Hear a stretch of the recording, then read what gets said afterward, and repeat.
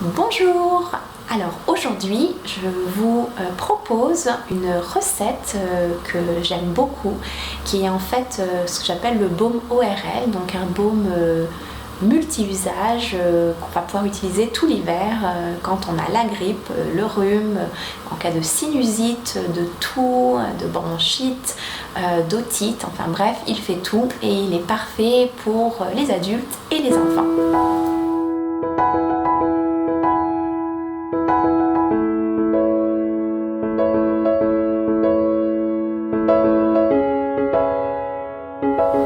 En cette période hivernale, le baume ORL est vraiment le top à avoir dans sa pharmacie. Et plutôt que d'acheter, d'investir sur des baumes plus chimiques comme le Vic Vaporub, on peut se le faire soi-même, c'est plus efficace, ça coûte moins cher, puis c'est sympa aussi et c'est rapide. Donc vous allez voir, c'est vraiment très simple en fait. Les principes des huiles essentielles ne s'appliquent jamais directement sur la peau. On les mélange avec une huile végétale, voilà, pour pouvoir faire en sorte que ça imprègne bien et puis ensuite qu'on puisse les appliquer correctement. Donc l'avantage du baume ORL que je vous présente aujourd'hui, c'est qu'on pouvait vraiment, il est multifonction, donc on peut l'utiliser en cas de toux, donc on va appliquer sur le thorax devant, on va l'appliquer également à l'arrière, sur le dos, on l'applique également dans les cas d'otite, c'était le cas de ma fille lorsqu'elle était plus jeune, donc autour de l'oreille, hein, jamais dans l'oreille, c'est vraiment autour de l'oreille. Vous avez un peu mal à la gorge, vous pouvez aussi vous l'appliquer sur la gorge, le nez est bouché, il n'y a pas de problème, hein, mettez-en un petit peu sur les ailes du nez, ça vous aidera à mieux respirer au niveau des voies respiratoires. Donc au niveau des huiles que j'ai choisies en fait, moi dans celui que je fais le plus souvent, je prends de l'eucalyptus radié, donc qui a vraiment des propriétés anti-expectorantes, anti-inflammatoires, notamment au niveau de toutes les voies respiratoires. Donc j'utilise aussi l'arbre à thé qui est vraiment un antibactérien, anti-infectieux polyvalent.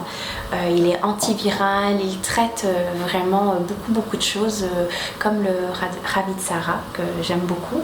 Mais dans cette recette j'utilise donc de l'eucalyptus, de l'arbre à thé, également de la lavande, la lavande que j'aime profondément et que je mets partout parce que outre toutes ces propriétés antibactériennes, antifongiques, enfin bon, la lavande elle fait tout, en plus elle déstresse, elle permet vraiment de calmer, donc je trouve ça vraiment excellent dans ce genre de baume.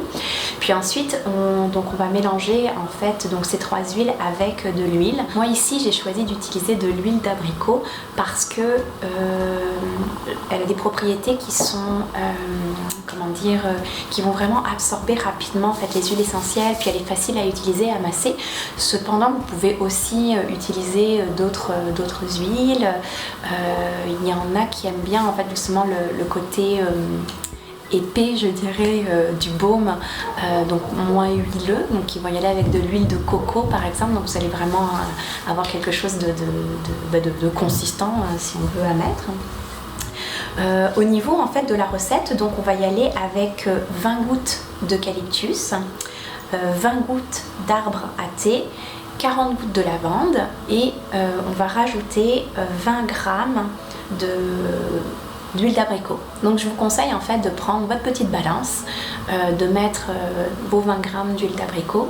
Dedans vous allez mélanger votre eucalyptus, donc 20 gouttes, votre arbre à thé, 20 gouttes également, et votre lavande, 20 gouttes. Vous mélangez tout ça et vous mettez le tout dans un petit contenant en fait hermétique.